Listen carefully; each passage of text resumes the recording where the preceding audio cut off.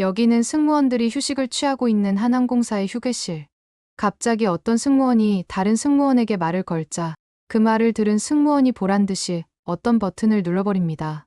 처음 말을 건 승무원은 굉장히 당황하면서 땀을 뻘뻘 흘리기 시작하는데요. 대체 이 휴게실에서는 어떤 일이 벌어진 건지 한번 알아보러 가실까요? 구독과 좋아요를 눌러주시면 영상 제작에 큰 힘이 됩니다. 안녕하세요. 저는 유럽의 한 항공사에서 일하고 있는 네덜란드 출신 승무원 린네랍니다. 어릴 때부터 비행기를 타고 하늘을 날아다니는 게 꿈이었어요. 그런 제 꿈을 이루려면 정말 힘든 과정을 거쳐야 했어요. 승무원이 되기까지 엄청 까다로운 시험을 통과해야 했죠. 승무원이 되려면 외국어는 기본이고 친절한 서비스 정신의 안전수칙까지 빠짐없이 익혀야만 했거든요.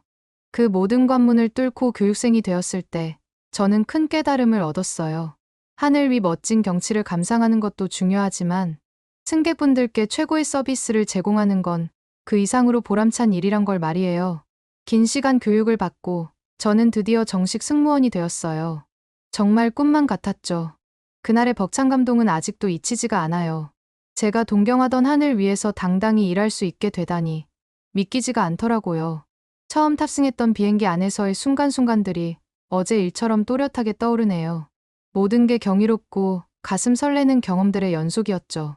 전 세계 곳곳에서 오신 다채로운 승객분들과 만나 뵙고 이야기 나누는 게 정말 매력적이더라고요. 서로의 문화가 달라서 낯설 법도 한데 오히려 그 차이를 즐기면서 소통하는 묘미가 있었달까요? 그 중에서도 동료들과 함께 열심히 일했던 시간들이 특별히 기억에 남아요. 처음엔 어색했던 사이였는데 시간이 지나면서 일도 생활도 함께하는 끈끈한 유대감이 생겼거든요. 우리의 팀워크로 안전하고 쾌적한 비행을 만들어 나갈 때마다 정말 뿌듯했어요. 함께 웃고 울며 지냈던 그때의 추억들은 저에겐 평생 잊지 못할 보물 같았죠. 그렇게 즐겁게 일하던 어느 날 갑자기 이상한 낌새가 느껴지기 시작했어요. 선배나 동료들의 태도가 미묘하게 달라진 거죠. 아무리 지켜봐도 뭔가 저만 따돌림 당하는 것 같은 느낌이 지울 수가 없더라고요. 처음에는 그냥 기분 탓이려니 했는데 자꾸 반복되는 일들을 겪다 보니 동료와 선배들이 저를 싫어한다고 생각이 들 수밖에 없었어요. 저도 실수하면서 혼날 때가 있었죠. 커피를 쏟는다거나 짐을 잘못 싣는 바람에 꾸중을 듣기도 했어요. 근데 이상하게 똑같은 실수라도 제가 하면 유독 심하게 혼이 나는 거예요. 옆에서 선배의 잔소리를 듣는데 마치 용서 못할 큰 죄를 지었다는 듯이 대하는 거 있죠. 다른 애들이 실수해도 대수롭지 않게 여기더니 저한테만 그러니까 너무 불공평하다는 생각이 들더라고요. 심지어 어떤 선배는 막말로 너는 승무원 자격 없으니까 당장 짐 싸서 나가라 라면서 욕을 퍼붓기까지 했어요. 순간 머리가 띵하면서 얼굴이 화끈거리더라고요. 그때의 모멸감이란 아직도 잊히지가 않네요. 비행이 끝나고 휴게실에 가면 눈에 띄게 분위기가 달라지는 걸 느꼈어요. 다들 즐겁게 떠들다가도 제가 들어오게 되면 갑자기 조용해지는 게 한두 번이 아니었죠. 동료들이 수군거리는 소리에 귀를 기울이면 자신들끼리 쑥덕쑥덕 제 험담을 하는 것 같아서 마음이 편치 않았어요. 소외감에 괴로워하면서도 그 자리를 피할 수가 없으니 얼마나 속상했던지 몰라요. 더 견딜 수 없었던 건 외모 비하 발언이었어요. 너는 살 좀 빼야겠다. 눈이 왜 그렇게 커? 와 같은 못된 지적을 심심찮게 들어야만 했죠. 나름 꾸준히 관리하고 있다고 생각했는데 그런 외모 비하 발언을 매일같이 듣자니 자존감이 바닥까지 점점 떨어지더라고요. 결국 어느 날은 돼지처럼 뚱뚱해서 승객들이 불편해한다는 모욕까지 당하고 나서 화장실에 틀어박혀 한참을 울었던 기억이 나요. 제 풍만한 몸매가 정말 원망스러웠어요. 그렇게 펑펑 운 탓에 눈이 퉁퉁 부었는데도 꾹 참고 웃는 얼굴로 승객분들을 모셔야 했으니 이해되시겠죠. 그때만큼 괴로울 때가 없었죠. 정말 힘들었지만 저는 이 악물고 악착같이 버텼어요. 누구보다 간절히 꿈꿔왔던 일이니까요. 승객분들께 양질의 서비스를 제공하겠다는 마음 하나로 이를 악물고 견뎌냈죠. 그래도 가혹한 시선과 악의에 찬 말들은 점점 더 모질어져서 이젠 이 상황을 어떻게든 벗어나고 싶다는 절박함밖에 남지 않더라고요. 하지만 당장은 방법이 없었어요. 그저 매일 아파하고 상처받는 채로 하루하루를 견뎌내야 했죠. 그때 저는 동료들의 괴롭힘에 시달리느라 정말 스트레스가 이만저만이 아니었어요. 업무에 집중하기도 힘들 정도로 마음이 무거웠죠. 그런데 어느 날 회사 공지사항을 보니까 깜짝 놀랄 소식이 있더라고요. 우리 항공사에서 한국 직항 노선을 신설한다는 거 아니겠어요? 그것 때문에 새로운 팀도 꾸린다고 하더라고요. 저는 솔직히 반신반의했어요. 익숙한 팀에서 낯선 팀으로 간다는 게 마냥 내키지는 않았거든요. 하지만 새로운 분위기에서 새 출발을 하면 어떨까 하는 생각이 들기도 했어요. 혹시 이번 기회에 그동안의 왕따에서 벗어날 수 있지 않을까 싶은 생각 말이에요. 그런 희망 반 우려 반의 심정으로 대기 발령 명단을 살펴봤죠. 결과는 제 예상대로였어요. 제 이름이 항공 노선 승무원 명단에 당당히 올라와 있더라고요. 처음에는 내심 긴장되면서도 새로운 환경에 대한 설렘이 피어올랐어요. 익숙한 팀에서 이탈하는 게 쉽진 않겠지만 적어도 괴롭힘의 굴레에서 벗어날 수 있으리란 희망이 생겼달까요? 그렇게 마음을 다잡고 새 팀에 합류했죠. 처음에는 팀원들의 생소한 얼굴에 어색함을 느꼈어요. 하지만 시간이 지나면서 서로를 알아가게 되면 분위기가 나아질 거라 기대했죠. 하지만 새로운 환경에서 왕따의 악몽에서 벗어날 수 있으리라 기대했던 제 희망은 산산이 부서지고 말았어요. 알고 보니 한국직 항무선팀에도 저를 괴롭히던 동료와 선배들의 인맥이 좌르르 깔려 있었던 거예요. 분명 낯선 얼굴들인데 이상하게 저만 쳐다보며 수군거리는 게 느껴지더라고요. 그래도 새 팀에 희망이 아주 없었던 건 아니에요. 그 중에는 혜윤이라는 친구가 있었거든요. 걔는 제가 전에 있던 팀 사람들하고 전혀 관계가 없어 보였어요. 낯선 팀에 적응하는데 많은 도움을 주려고 노력하는 모습이 정말 고마웠죠. 옆자리에 앉아서 항상 제게 따뜻한 미소를 보내주곤 했답니다. 하지만 혜윤이와는 상관없이 시간이 흐를수록 예전의 괴롭힘이 재현되는 걸 느꼈어요.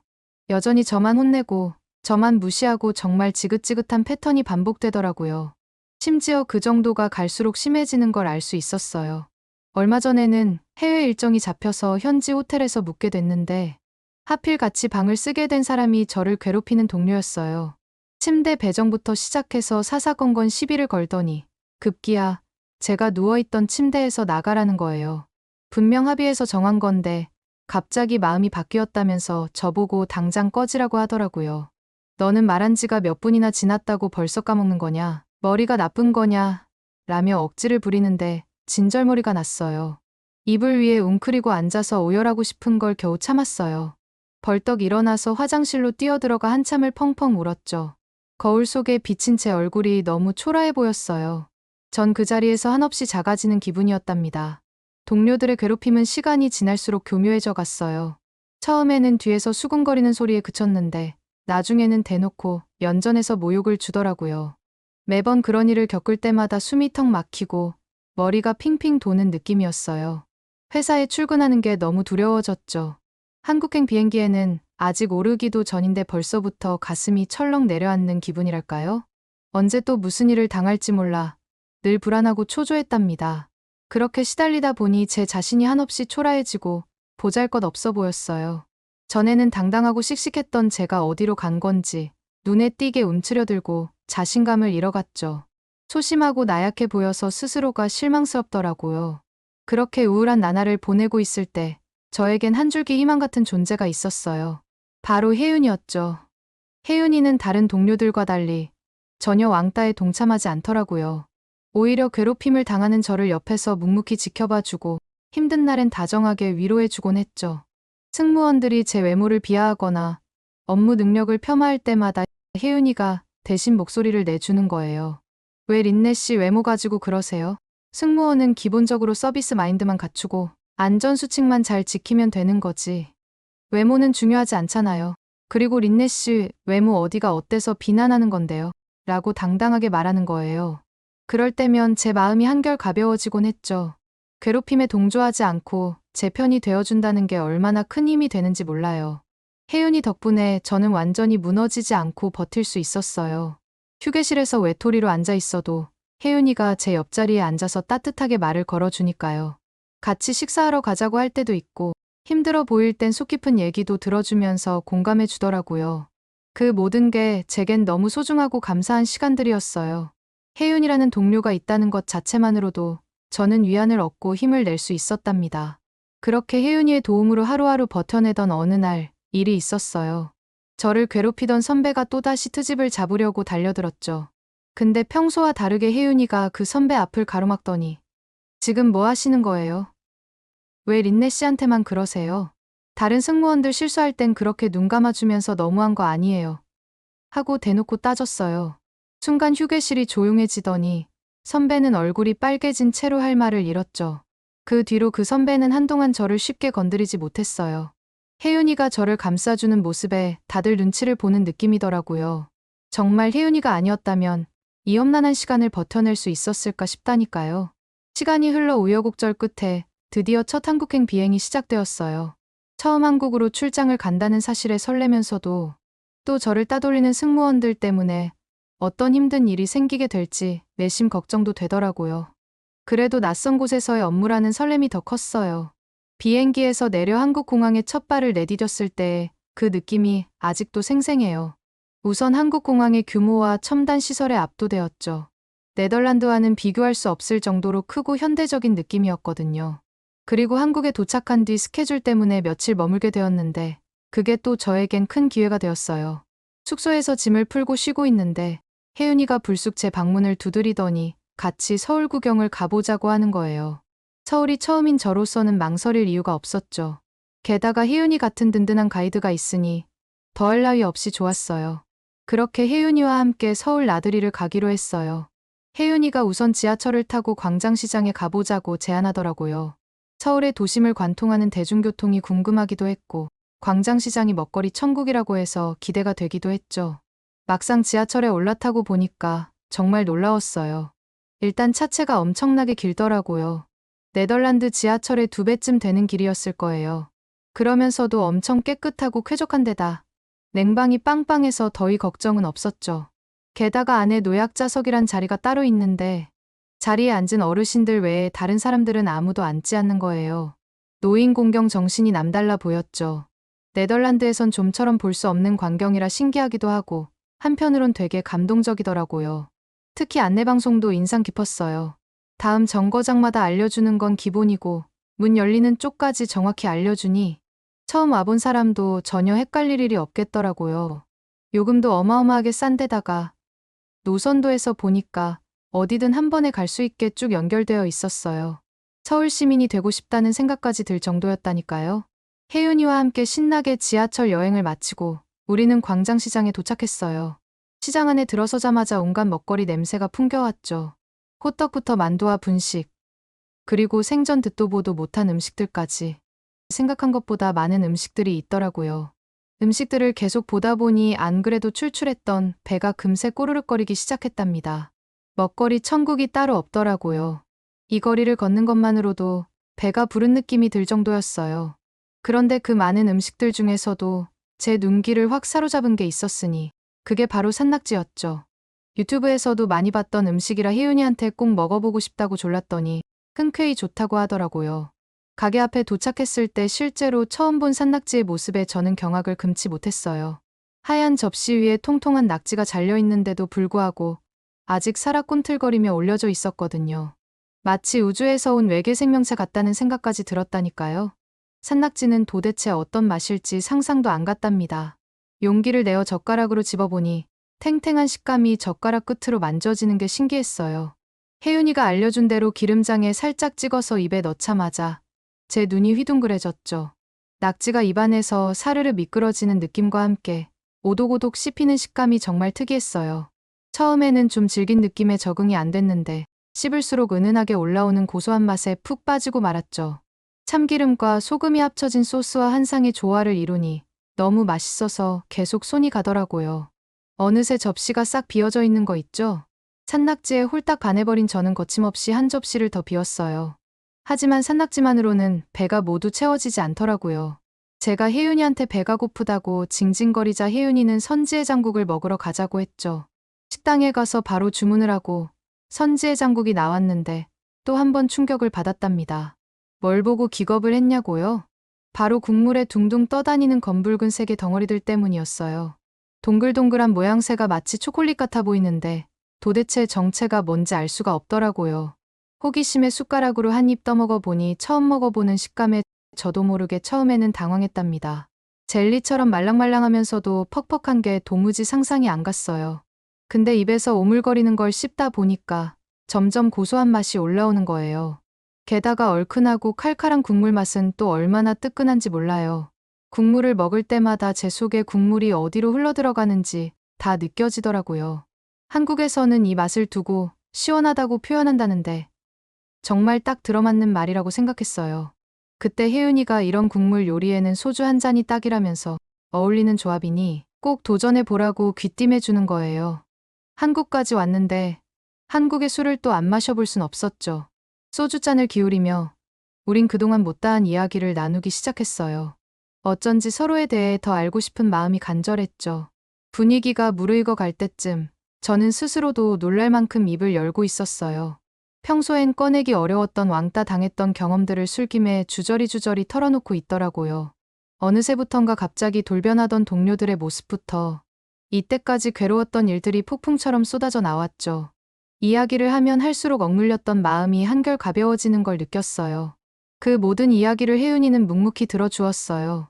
때로는 분노에 찬 눈빛을 보내면서도 따뜻한 위로를 건네더라고요. 그 자리에서 눈물을 터뜨렸던 것 같아요. 그동안 쌓아뒀던 응어리를 싹 비워내는 듯한 기분이었죠. 혜윤이가 고개를 끄덕이면서 공감해주는 게 저한테는 큰 위로가 되더라고요. 제 얘기가 끝나자마자 혜윤이는 자신의 이야기를 해줬는데 저는 깜짝 놀라지 않을 수가 없었어요.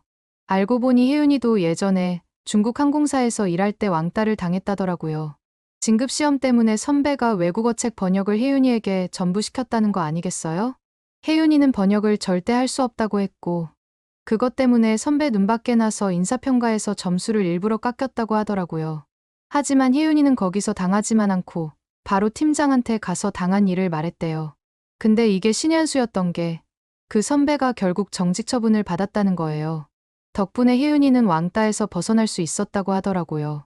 제 얘기를 들어주고 자기 경험까지 나눠준 혜윤이가 너무 고마웠어요. 그렇게 서로 위로해주고 나니까 마음이 한결 편해지는 걸 느꼈죠. 혜윤이는 앞으로 힘든 일 있으면 언제든 자기한테 기대라고 하더라고요. 정말 듬직한 친구를 얻은 기분이었죠. 그 뒤로도 왕따는 좀처럼 사라지지 않았지만 혜윤이 말을 듣고 난 후로는 좀 달라졌어요. 이제는 개의치 않기로 했거든요. 오히려 당당하게 할 말은 하자는 마음가짐으로 바뀌더라고요. 그러다가 문득 혜윤이가 왕따를 극복했던 방법이 떠오르는 거예요. 그래서 저도 녹음기를 들고 다니면서 언어폭력 증거를 수집하기 시작했죠. 주변에서 대놓고 저를 괴롭힐 때마다 계속 녹음해뒀어요. 그렇게 증거를 모으고 있던 어느 날, 제 왕따의 주범이었던 선배가 또 저한테 트집을 잡더라고요. 지겹게 외모 지적을 하는데 이때다 싶어서 모아둔 녹음 파일을 딱 들려줬죠. 그러면서 한 번만 더 그러시면 팀장님께 가져갈 거예요. 라고 엄포를 놨어요. 선배는 깜짝 놀랐는지 그 뒤로는 입도 뻥긋 못하는 거 있죠? 놀랍게도 진짜 그 이후로는 아무도 저를 건드리지 않았어요. 속이 다 후련하더라고요. 그렇게 녹음 파일로 선배를 꼼짝 못하게 하고 나서 신기한 일이 벌어졌어요. 저를 괴롭히던 몇몇 승무원들이 와서는 미안하다고 사과하면서 사실은 다른 사람들이 왕따를 하길래 그냥 따라했다는 거예요. 아니 자기들은 잘못이 없다는 듯이 남 탓을 하는데 정말 어처구니가 없더라고요. 저는 거기서 봐주고만 있지 않고 마찬가지로 한 번만 더 저한테 불쾌한 언행이나 행동을 하면 똑같이 상부에 보고드린다고 말을 했죠. 그 뒤로는 저를 건들기는커녕 제 주변으로 다니지도 않더라고요. 저는 이 일이 있는 이후에 한국 항공사에 도전하고 싶은 마음이 커졌어요. 아무래도 혜윤이의 영향이 컸었죠. 혜윤이 같이 정이 많은 한국 사람들이랑은 함께 일을 하면 너무 재밌을 것 같았거든요. 한국 항공사에 합격하게 되면 맛있는 걸 많이 먹고 다니고 싶은데 추천해 주실 음식이 있을까요? 오늘의 사연은 어떠셨나요? 오늘의 사연이 마음에 드셨다면 구독과 좋아요를 눌러주세요. 구독과 좋아요는 영상 제작에 큰 힘이 된답니다. 긴 영상 시청해 주셔서 감사합니다. 오늘도 행복한 하루 보내세요.